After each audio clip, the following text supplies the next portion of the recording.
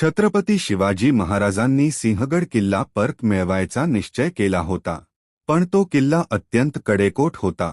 महाराजांनी त्यांच्या जीवाभावाच्या शूर मावळ्याला तानाजी मालुसरे यांना बोलावलं. महाराज म्हणाले, तानाजी, सिंहगड परत आपल्या हाती हवा. तानाजी आपल्या मावळ्यांसोबत किल्ल्यावर हल्ला केला. त्यांनी आपल्या शूर गडावर चढणाऱ्या गोजिरी शिलग्या सरडा ला दोरी बांधली आणि म्हणाले, जय भवानी. तानाजी व त्यांचे मावळे शत्रूंच्या झुंडीवर तुटून पडले. तलवारी चमकल्या, रणगर्जना झाली.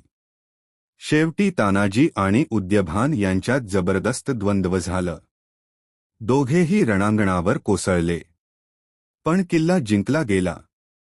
जेव्हा बातमी महाराजांकडे आली तेव्हा ते भावुक झाले आणि म्हणाले, गड आला पण सिंह गेला.